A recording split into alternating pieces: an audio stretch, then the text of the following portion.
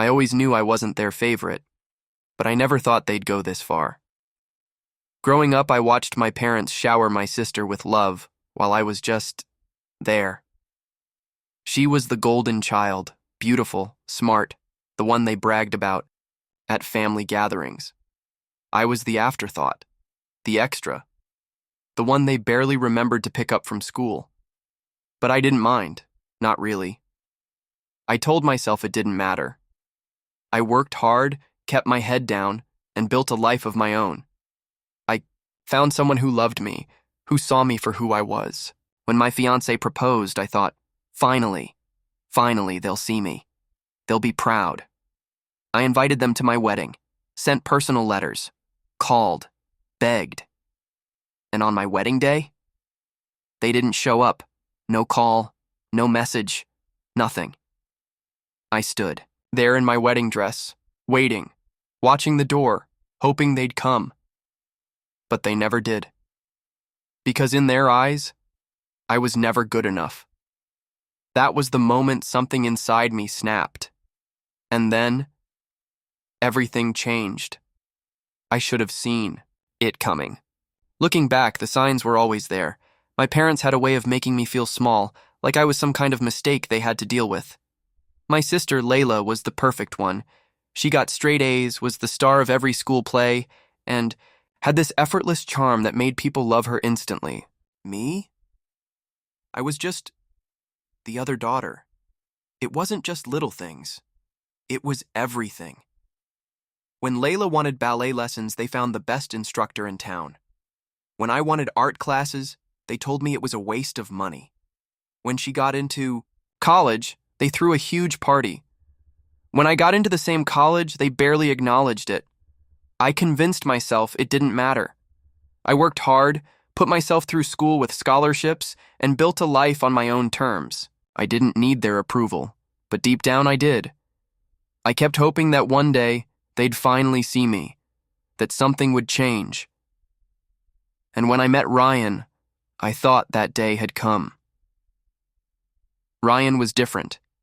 He loved me in a way I had never been loved. Before, fully, without conditions.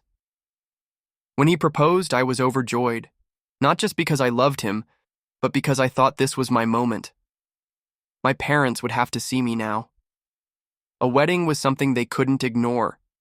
I spent months planning everything. I picked a venue close to home so it would be easy for them to come. I sent out personal invitations. I even called my mom, something I rarely did. At first, she seemed polite. Distant, but polite. "We'll see," she said. "It depends on our schedule." That should have been my first clue. Layla, of course, had a different reaction. "Why would you even bother inviting them?" She laughed over the phone. "You know how they are. Don't set yourself up for disappointment." But I refused to believe that. They were my family. They had to come. The week before the wedding, I called again. No answer. I texted. No response. The night before, I left a final voicemail. Please just be there. It would mean everything to me. And then, silence. The morning of my wedding, I still held on to hope. Maybe they were running late. Maybe they wanted to surprise me. But as I walked down the aisle, I kept glancing at the empty seats where they were supposed to be. They never came. That should have broken me. It almost did. But instead, it woke something up inside me. And for the first time in my life, I stopped chasing after people who didn't want me.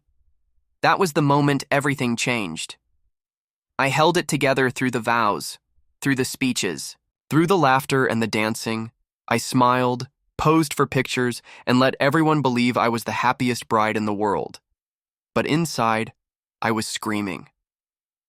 Every time I glanced at the empty seats where my family should have been, my heart cracked. A little more. The worst part?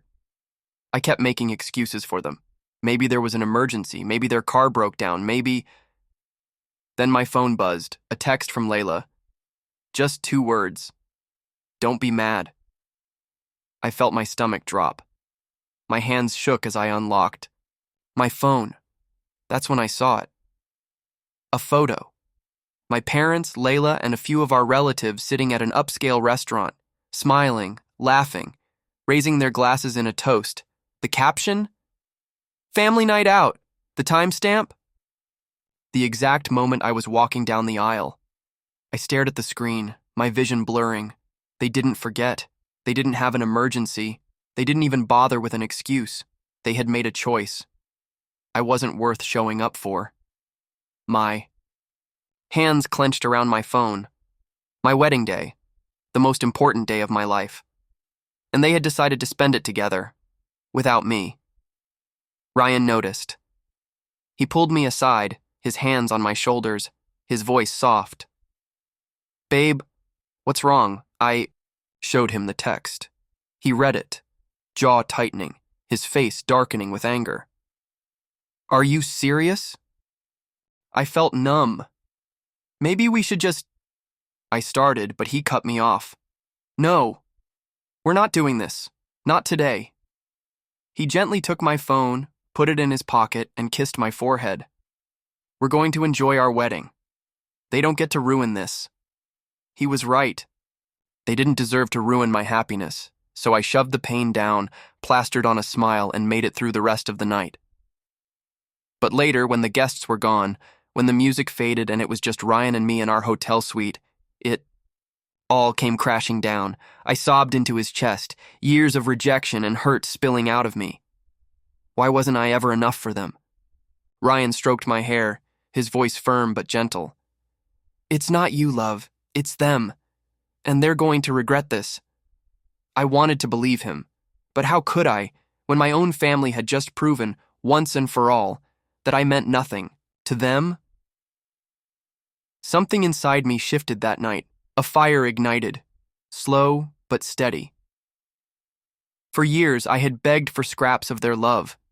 I had bent over backward, trying to earn their approval. I had let them treat me like an afterthought, believing that one day, if I just tried hard enough, they would finally see me. But they never would. And for the first time in my life, I realized I didn't need them to. That was the moment I stopped being the girl they could ignore, and the moment I decided to make them remember me. That night, as I lay awake in our honeymoon suite, something inside me snapped. I had spent my entire life chasing their approval, bending over backward for their love, only to be discarded like I was nothing. They had skipped my wedding to go out for dinner. A casual dinner, and now they were going to pretend like it was no big deal. No, not this time. I wasn't going to let them brush this under the rug, so I took a deep breath, reached for my phone, and started typing. I opened Facebook and posted a picture from the wedding. A beautiful shot of Ryan and me standing at the altar, eyes locked. The kind of picture that belonged in a fairy tale. And then I added my caption. "Marrying the love of my life was the happiest moment ever. The only thing missing?" My parents and sister, they decided a family dinner was more important than my wedding. No call, no text, just an empty seat where they were supposed to be. But you know what?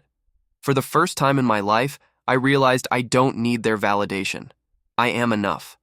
And I refuse to waste another second begging for love from people who don't know how to give it.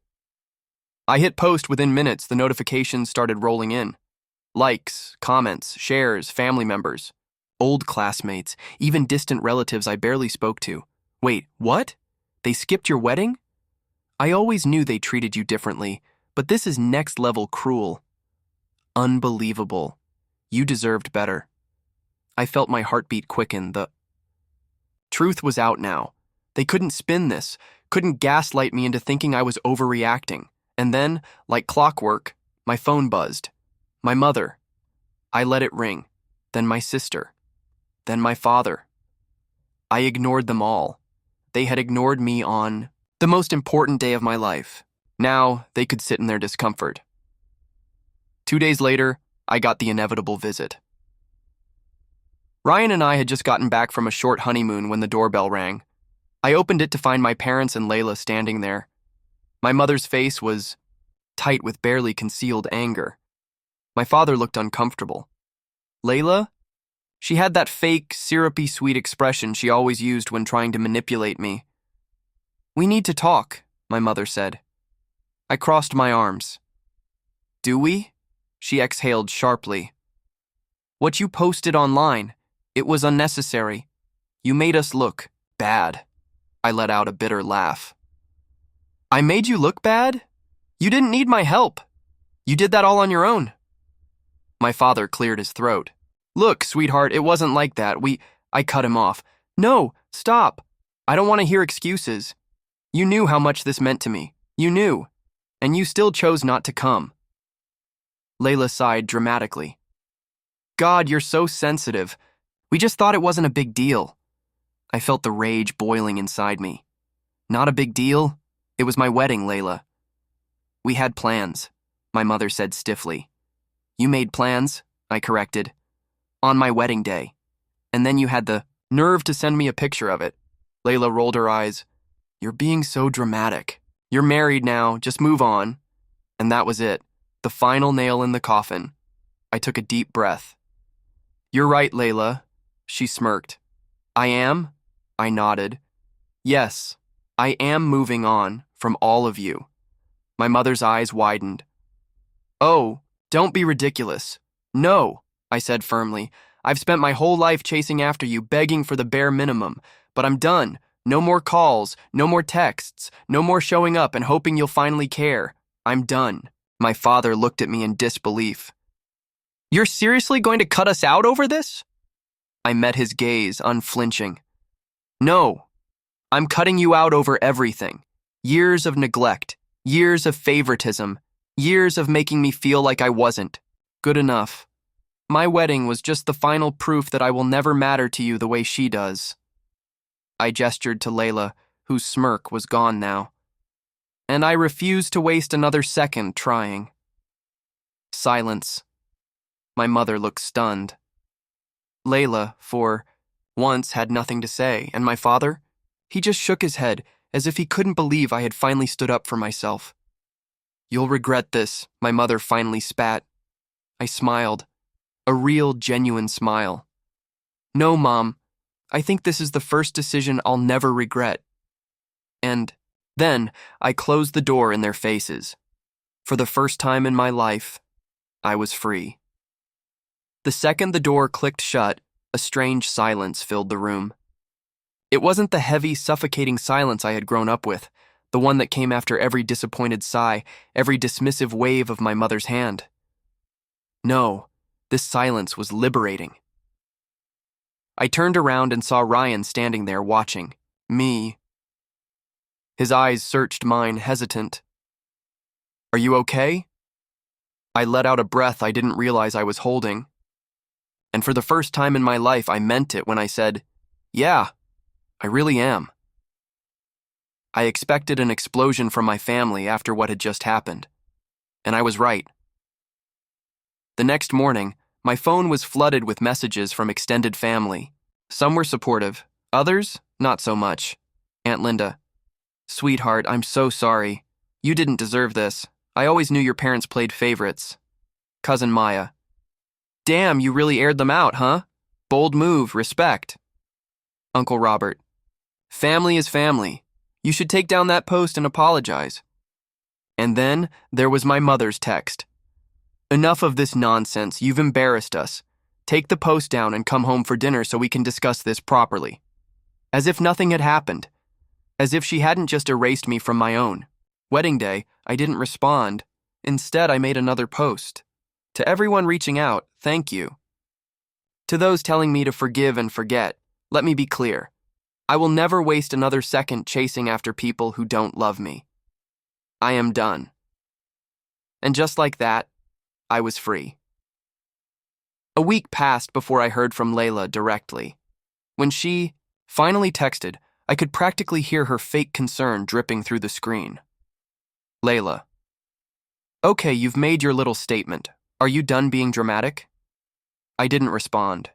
Then came another message. Layla: "Mom's really upset. Dad isn't talking to anyone. This is all so unnecessary." Still, I ignored her. Then she tried the low blow. Layla, you're making a fool of yourself. Everyone knows you were always the jealous one. You're acting like a spoiled brat. I laughed. Actually laughed, because for once her words didn't cut. They didn't have any power over me. I didn't reply. I didn't need to, because life was already making my point for me. Apparently, my wedding drama had spread like wildfire through the family. People started talking. Old family stories resurfaced. Stories of how my parents always prioritized Layla. How they constantly dismissed me. How I was always second best in their eyes. And suddenly, people weren't so quick to defend them. Some of my cousins reached out privately, admitting they had seen the favoritism for years but had never wanted to get involved. Even some of my mother's friends sent passive-aggressive comments under my Facebook post, subtly calling her out. The cracks in their perfect family image had finally shattered. And my parents? They hated it. They had spent their entire lives carefully crafting their reputation, always presenting themselves as the loving, successful, flawless parents. Now everyone knew the truth. At first, I thought I'd feel empty, that cutting them off would leave a hole in my life. But the reality, I had never felt lighter. Without the constant stress of trying to please them, I started focusing on myself. Ryan and I moved forward with our lives. Without them. We spent our honeymoon truly present with each other, no longer clouded by the pain of my family's absence. I started therapy, something I had put off for years. I learned that I wasn't crazy for feeling the way I did, that I had spent too long trying to earn love that should have been given freely. And with time, I stopped needing their validation altogether. I no longer cared what my mother thought. I no longer flinched when I saw a text from Layla. I no longer waited for an apology that would never come, because I didn't need it. Months passed. Life was good, peaceful. Then one day I got an unexpected message from my father. At first, I didn't want to read it, but curiosity won. Dad, I know we weren't there when you needed us, and I won't make excuses, but I need you to know. I regret it. I stared at the message, heart pounding. Then came the second part. Dad, your mother will never admit she was wrong. Layla will always believe she's the center of the universe. But me? I see it now. I see what we did.